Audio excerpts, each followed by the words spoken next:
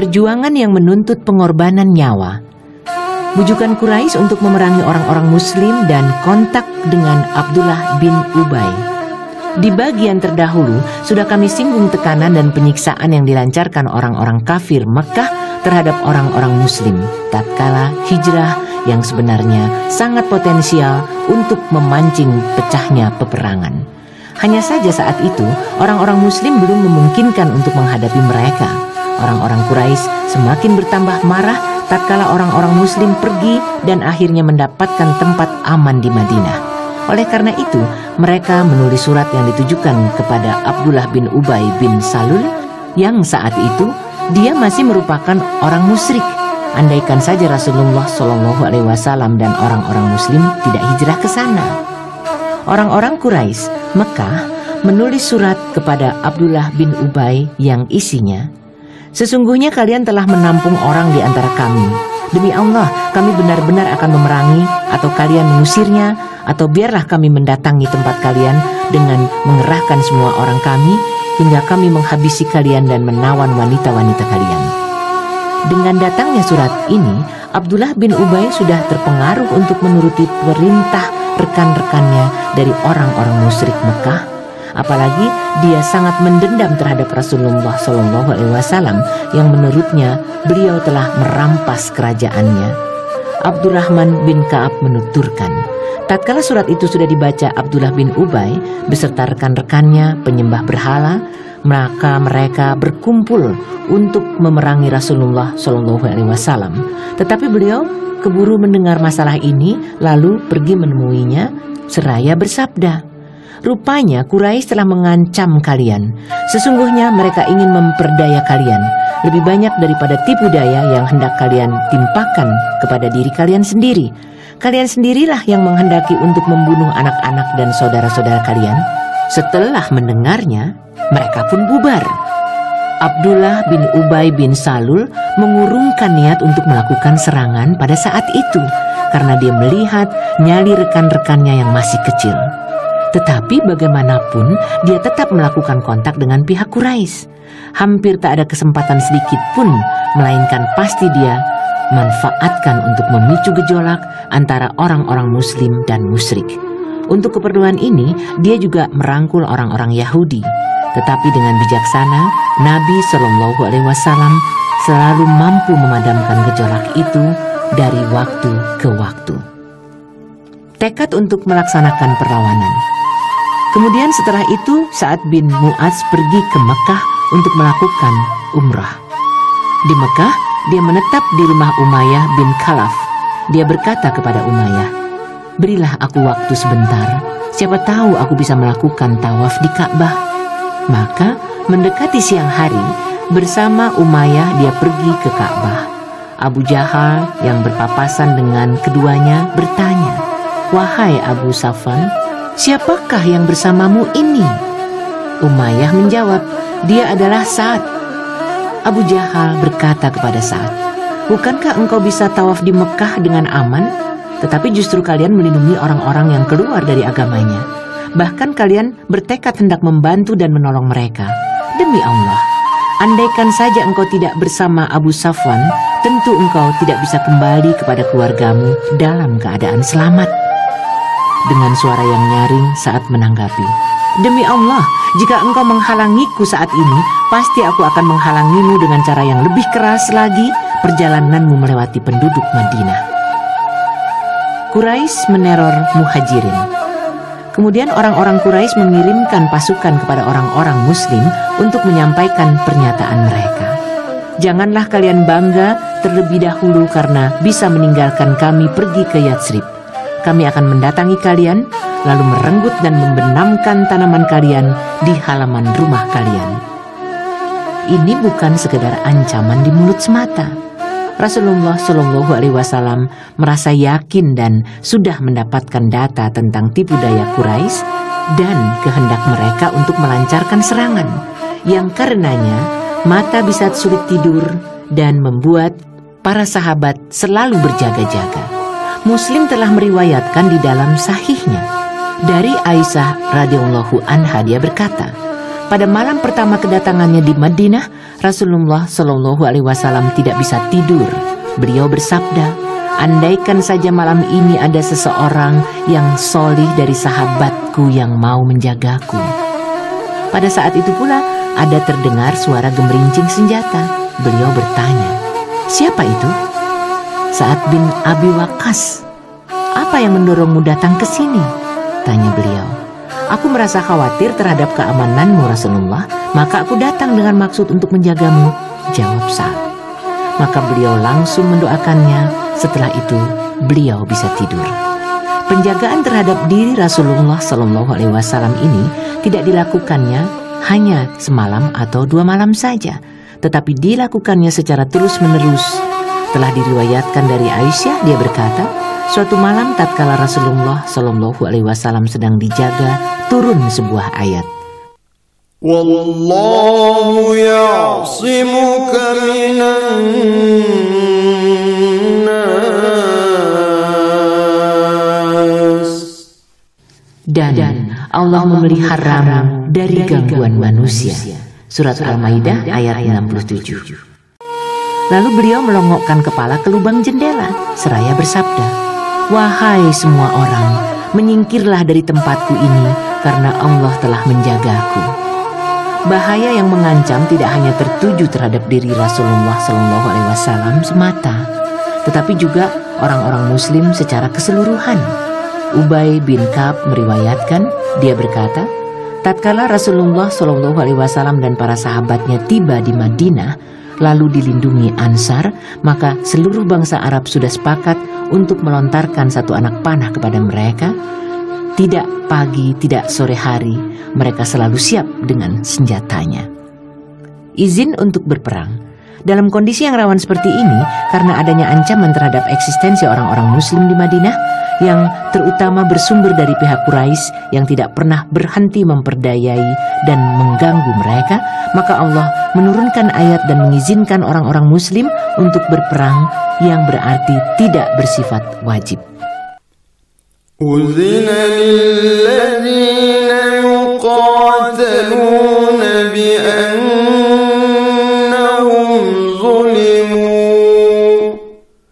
wa inna Allah ala nasrihim laqadir.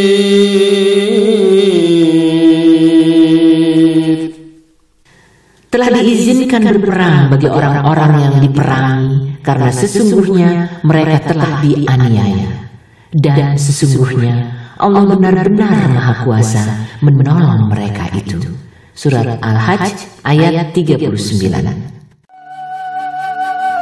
Ayat ini diturunkan di antara beberapa ayat yang memberi petunjuk kepada mereka bahwa izin ini hanya dimaksudkan untuk mengenyahkan kebatilan dan menegakkan syiar-syiar Allah, yaitu orang-orang yang jika kami teguhkan kedudukan mereka di bumi, niscaya mereka mendirikan sholat, menunaikan zakat, menyuruh berbuat yang ma'ruf, dan mencegah dari perbuatan yang mungkar. Surat Al-Hajj ayat 41. Yang benar dan yang tidak perlu diragukan bahwa izin ini turun di Madinah setelah hijrah, bukan di Mekah sebelum hijrah. Tetapi memang kita tidak bisa memastikan pembatasan waktu turunnya. Izin untuk berperang ini sudah turun, tetapi ada baiknya jika sikap yang diambil orang-orang Muslim dalam menghadapi kondisi yang dipicu Quraisy dan kekuatannya ini ialah dengan cara menunjukkan kekuasaan terhadap jalur perdagangan Quraisy yang mengambil rute dari Mekah ke Syam. Untuk menunjukkan kekuasaan ini, Rasulullah Shallallahu Alaihi Wasallam telah memilih 2 langkah. 1. Mengadakan perjanjian kerjasama atau tidak saling menyerang dengan beberapa kabilah yang berdekatan dengan jalur perdagangan ini, atau menjadi penghubung antara jalur itu dan Madinah.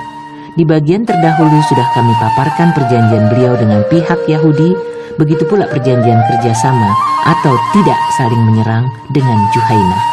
Sebelum beliau mengambil sikap untuk mengerahkan kekuatan militer, tempat tinggal kaum Juhainah ini berjarak 3 marhalah dari Madinah.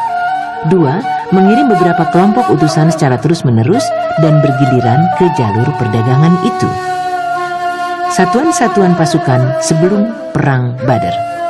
Untuk melaksanakan dua langkah ini, orang-orang Muslim memulai dengan kegiatan militer langsung setelah turun izin untuk berperang. Mereka memulai kegiatan militer dengan mengirimkan mata-mata. Sasaran dari kegiatan mata-mata ini ialah untuk mengenal lebih lanjut tentang jalan-jalan yang ada di sekitar Madinah, begitu pula jalur ke Mekah, mengadakan perjanjian dengan kabilah-kabilah yang berdekatan dengan jalur itu, memperlihatkan kepada orang-orang musyrik Yatsrib, Yahudi, dan suku-suku Badui di sekitarnya bahwa kaum muslimin adalah orang-orang yang kuat, bahwa mereka bisa melepaskan dari kelemahan pada masa-masa sebelumnya, serta memperingatkan pihak Quraisy sebagai akibat dari kebrutalan mereka. Dengan begitu, mereka tidak lagi berbuat semena-mena yang selama ini masih terus membayangi pikiran orang-orang muslim. Siapa tahu dengan cara itu, pihak Quraisy merasa khawatir terhadap keamanan jalur perdagangan mereka, lalu mendorong mereka untuk mengadakan perdamaian, membatalkan niat untuk menyerbu orang-orang muslim, tidak menghalangi manusia untuk mengikuti jalan Allah, tidak lagi menyiksa orang-orang mukmin yang lemah di Mekah, sehingga orang-orang muslim bebas menyampaikan risalah Allah di seluruh jazirah Arab. Inilah gambaran singkat tentang beberapa pasukan muslimin. 1. Pengiriman satuan pasukan ke Siful Bahr pada tanggal 1 Ramadan tahun pertama Hijriah atau pada tahun 623 Masehi.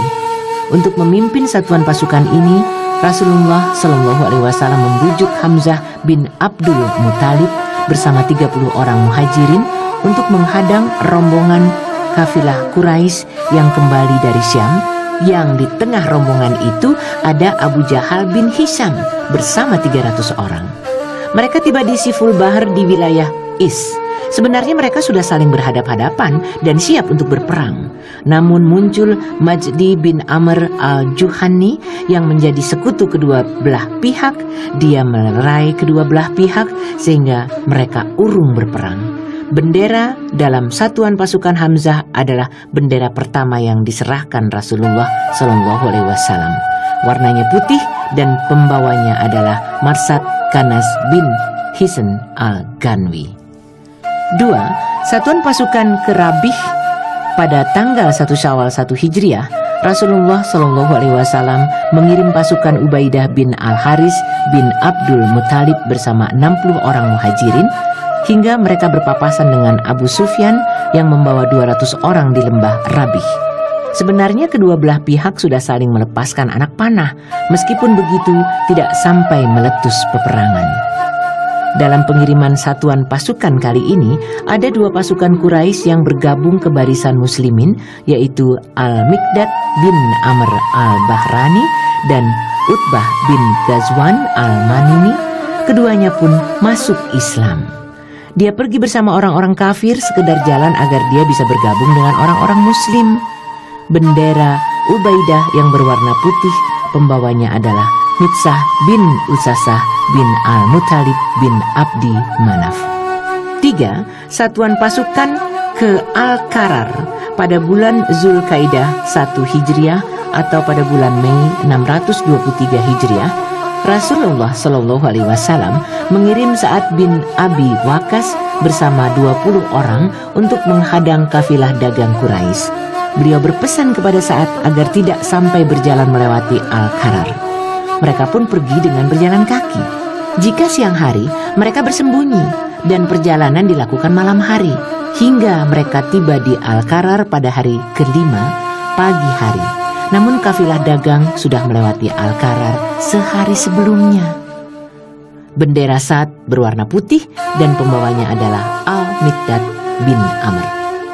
4. Perang Abwa atau Wadan pada bulan Safar 2 Hijriah atau pada bulan Agustus 623 Masehi. Rasulullah SAW pergi sendiri setelah mengangkat Sa'ad bin Ubadah sebagai wakil beliau di Madinah. Beliau keluar bersama 70 orang muhajirin saja dengan satu tujuan, menghadang kafilah dagang Quraisy. Beliau pergi hingga tiba di Wadan, namun tidak terjadi apa-apa. Dalam kesempatan itu beliau mengadakan perjanjian persahabatan dengan Amr bin Maksi, pemimpin Bani Damrah. Inilah isi perjanjian itu. Ini adalah perjanjian dari Muhammad Rasul Allah dengan Bani Damrah.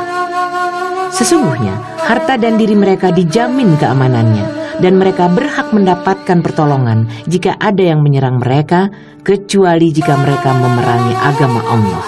Jika Nabi mengajak mereka agar memberi pertolongan, maka mereka harus memenuhinya. Ini merupakan peperangan pertama yang dilakukan Rasulullah SAW. Kepergiannya untuk tujuan peperangan itu selama 15 hari.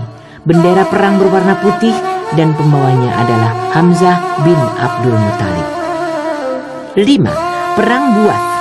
Pada bulan Rabiul Awal 2 Hijriah atau pada bulan September 623 Masehi, Rasulullah SAW pergi bersama 200 sahabat untuk menghadang kafilah dagang Quraisy yang dipimpin Umayyah bin Khalaf beserta 100 orang Quraisy, membawa 2.500 onta yang membawa barang dagangan.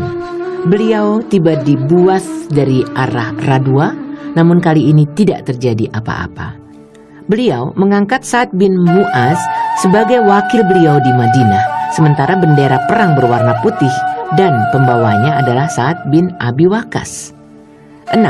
Perang Safwan pada bulan Rabiul Awal 2 Hijriah bertepatan dengan bulan September 623 Masehi. Qurs bin Jabir al-Firhi bersama beberapa orang musyrik menyerbu kandang hewan gembala di Madinah dan berhasil merampok domba-dombanya. Maka bersama 70 sahabat, Rasulullah SAW hendak mengejar dan mengusirnya hingga beliau tiba di sebuah wadi yang disebut Safawan dari arah Badr. Tetapi Qurs dan rekan-rekannya tidak bisa dipergoki. Maka beliau kembali lagi tanpa ada peperangan. Perang ini bisa disebut Perang Badr Ula atau pertama. Kali ini beliau mengangkat Zaid bin Haritsah sebagai wakil beliau di Madinah. Bendera perang berwarna putih dan pembawanya adalah Ali bin Abu Thalib. 7. Perang Zul Usairah. Pada bulan Jumadil Ula dan Jumadil Akhirah 2 Hijriah bertepatan dengan bulan November dan Desember 623 Masehi, bersama 150 atau 200 muhajirin, Rasulullah SAW keluar untuk menghadang kafilah dari Quraisy yang hendak pergi ke Syam. Kabar yang sampai kepada beliau, kafilah itu membawa harta orang-orang Quraisy. Namun, tatkala tiba di Zul Usairah, rombongan Quraisy sudah melewati tempat itu beberapa hari sebelumnya. Namun kafilah ini pula yang kemudian dicari-cari beliau sekembalinya dari Syam, yang kemudian menjadi penyebab meletusnya Perang Badr Kubra. Kepergian beliau itu dilakukan pada akhir bulan Jumadil Ula dan kembali pada awal bulan Jumadil Akhirah, seperti dituturkan Ibnu Ishaq. Boleh jadi inilah yang menjadi sebab terjadinya perbedaan pendapat di kalangan pakar sirah tentang penetapan bulan terjadinya peperangan ini. Dalam kesempatan ini beliau mengikat perjanjian damai dengan Bani Mudij dan sekutu mereka dari Bani Damrah. Beliau mengangkat Abu Salamah al-Makhzumi sebagai wakil beliau di Madinah. Bendera perang berwarna putih dan pembawanya adalah Hamzah bin Abdul Muthalib.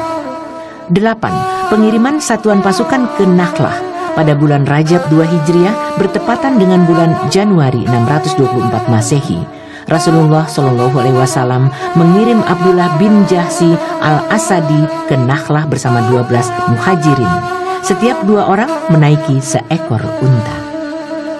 Dalam kesempatan ini, Rasulullah SAW menulis surat yang tertutup dan melarang Abdullah bin Jahsi membuka dan membacanya kecuali setelah perjalanan 2 hari. Maka Abdullah berangkat dan setelah 2 hari perjalanan dia membuka surat itu dan membacanya. Ternyata bunyi surat itu, "Jika engkau sudah membaca surat ini, maka pergilah menuju Nakhlah di antara Mekah dan Taif. Selidiki rombongan dagang Quraisy, lalu sampaikan kabar tentang mereka kepada kami." Abdullah bin Jahsi berkata, "Aku mendengar dan aku pun taat." Lalu dia memberitahukan isi surat beliau kepada rekan-rekannya. Dia tidak memaksa mereka untuk ikut. Dia berkata, "Siapa yang menginginkan mati syahid karena mengemban misi ini, maka hendaklah dia bangkit. Dan siapa yang takut mati, maka hendaklah dia pulang. Aku tetap akan berangkat ke sana." Maka mereka pun berangkat. Hanya saja di tengah perjalanan onta yang dinaiki Sa'ad bin Abi Waqqas dan Utbah bin Ghazwan lepas, sehingga keduanya tidak bisa bergabung karena harus mencari onta tersebut. Abdullah bin Jasi terus berjalan hingga tiba di Nakhlah. Di sana dia memergoki rombongan dagang Quraisy yang membawa kismis, kulit, dan berbagai macam barang dagangan.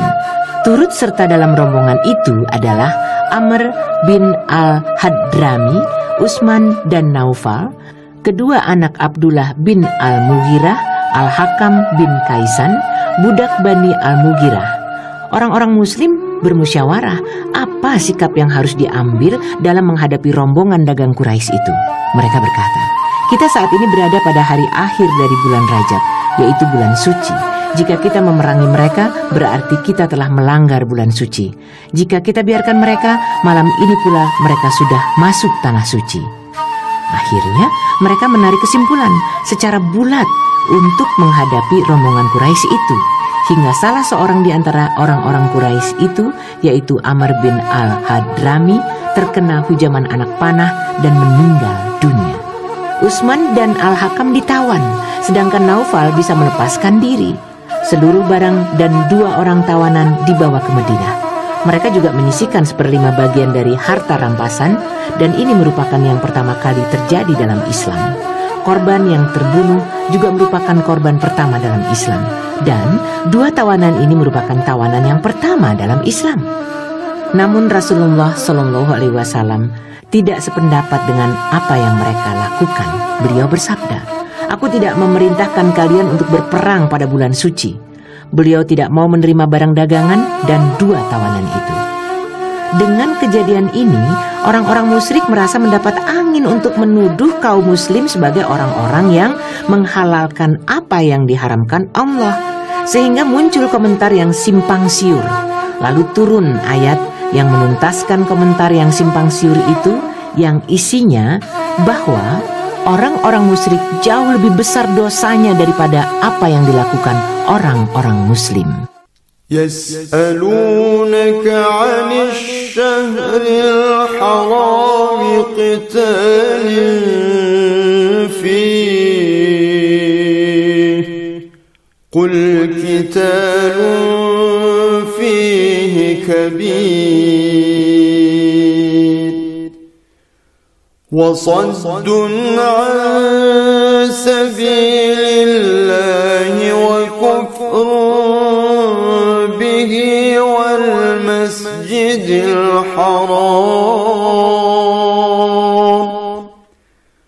والمسجد الحرام وإخراج أهله منه أكبر عند الله والفتنة أكبر من القتل. Mereka bertanya kepadamu tentang berperang pada bulan haram.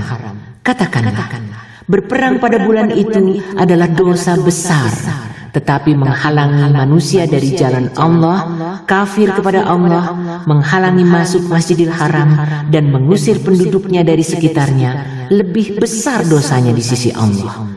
Dan berbuat fitnah lebih besar dosanya daripada membunuh. Surat Al-Baqarah ayat 217. Wahyu ini menegaskan bahwa suara sumbang yang disebarluaskan orang-orang musyrik memancing kesangsian terhadap sepak terjang para pejuang muslim. Ternyata tidak berarti sama sekali. Sebab toh segala kesucian dan kehormatan telah dilanggar orang-orang musyrik untuk memerangi Islam dan menekan para pemeluknya. Bukankah selama itu orang-orang muslim menetap di tanah suci, namun harta mereka dirampas dan nabi mereka dibunuh? Lalu apa salahnya jika secara tiba-tiba kesucian ini dikembalikan seperti sedia kala? Tidak dapat diragukan bahwa suara sumbang yang sengaja disebarkan orang-orang musyrik itu lantaran karena niat jahat mereka.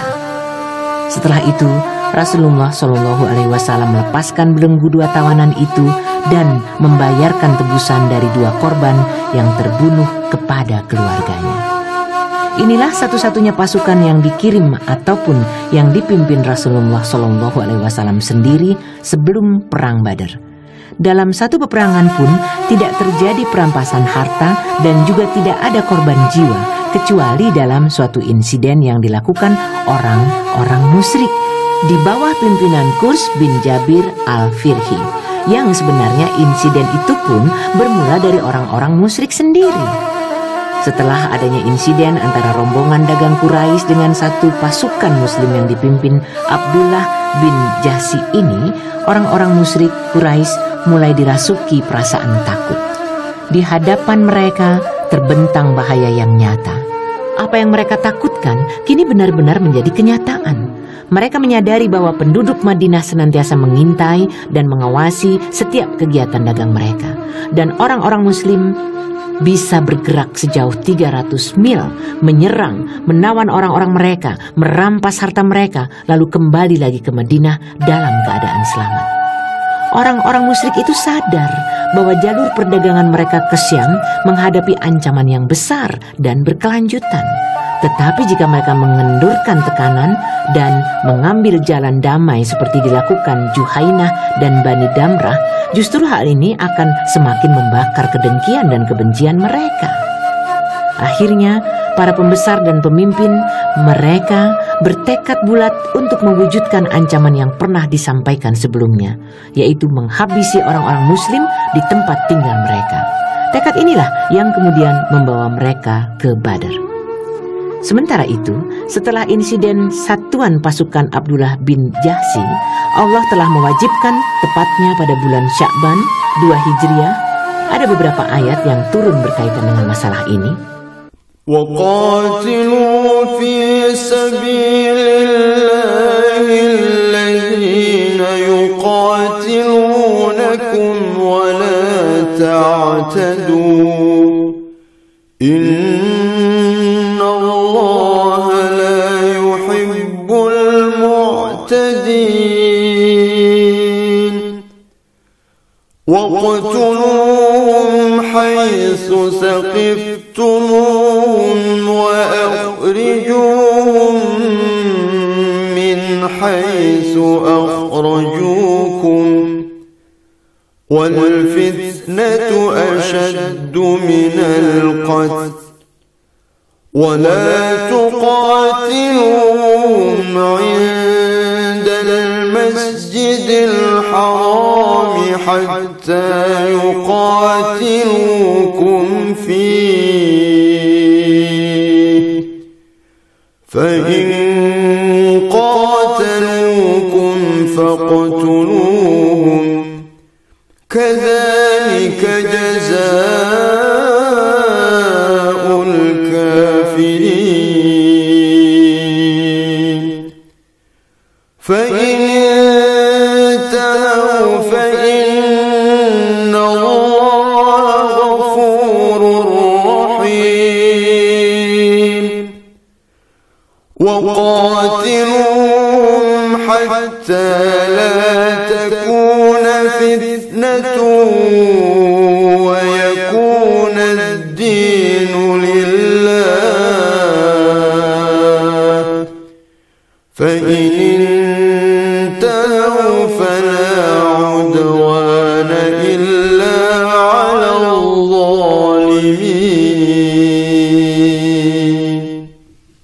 Dan perangilah di jalan Allah orang-orang yang memerangi kalian. Tetapi janganlah kalian melampaui batas, karena sesungguhnya Allah tidak menyukai orang-orang yang melampaui batas.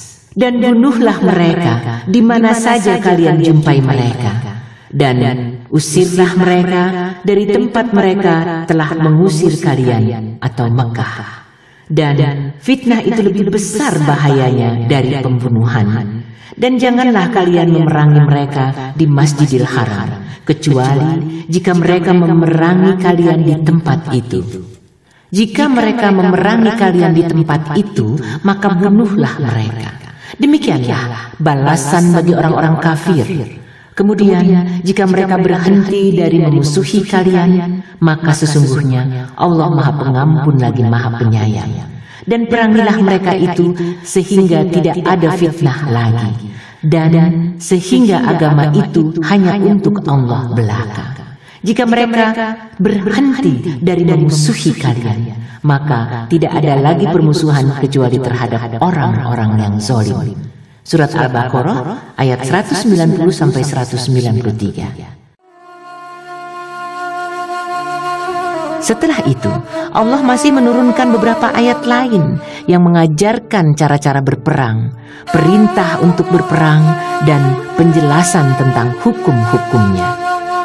Apabila kalian bertemu dengan orang-orang kafir di medan perang, maka pancunglah batang leher mereka, sehingga apabila kalian telah mengalahkan mereka, maka tawanlah mereka, dan sesudah itu kalian boleh membebaskan mereka atau menerima tebusan sampai perang berhenti.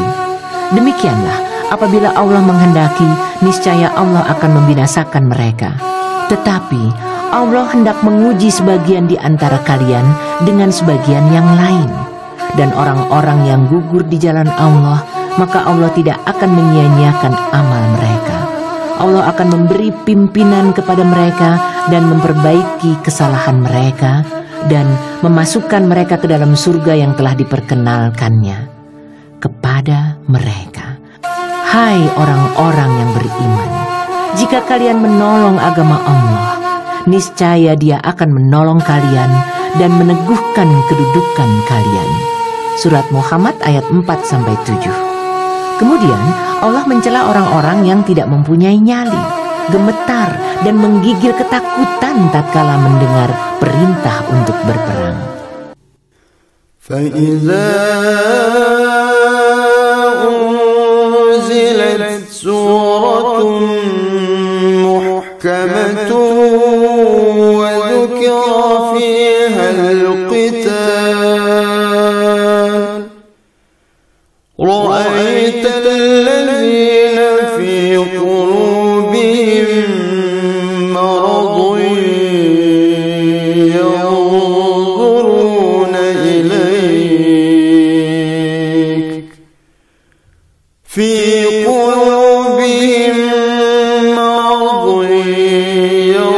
يَنظُرُونَ إِلَيْكَ نَظَرَ الْمَغْشِيِّ عَلَيْهِ مِنَ الْمَوْتِ.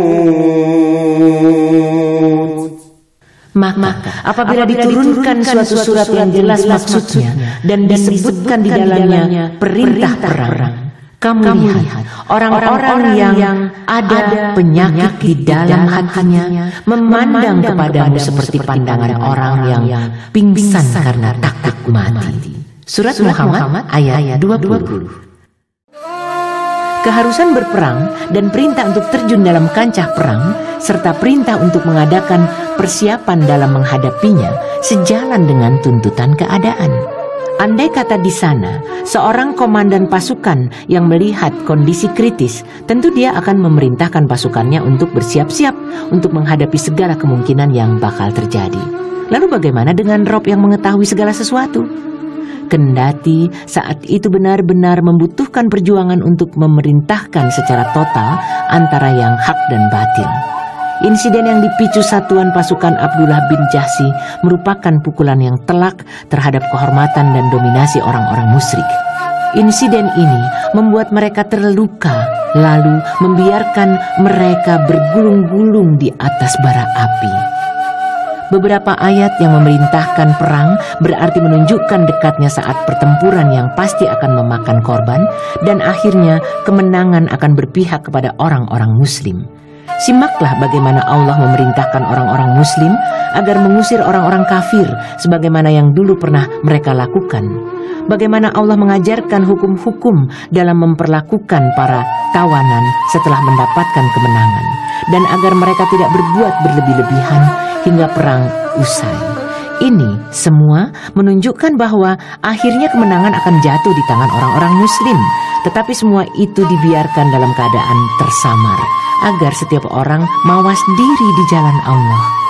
Pada hari-hari itu pula, yaitu pada bulan Sya'ban 2 Hijriah atau Februari 624 Masehi, Allah memerintahkan untuk mengalihkan arah kiblat dari Baitul Maqdis ke Masjidil Haram. Di antara hikmah yang terkandung dalam pengalihan arah kiblat ini untuk menyingkap kebimbangan orang-orang yang hatinya lemah, munafik, dan Yahudi yang sudah bergabung ke dalam barisan kaum muslimin, sehingga mereka kembali kepada bentuk aslinya dan barisan kaum muslimin bersih dari pengkhianatan. Pengalihan arah kiblat ini juga mengandung isyarat yang lembut tentang babak baru yang bisa terwujud jika orang-orang muslim dapat menguasai kiblat tersebut. Sebab bukankah sangat aneh jika kiblat mereka masih berada di dalam genggaman musuh? Berarti kiblat itu harus berada di tangan mereka. Setelah ada perintah dan isyarat ini, semangat orang-orang muslim semakin berkobar. Begitu pula tekad mereka untuk terjun di jalan Allah dan kancah perang menghadapi musuh.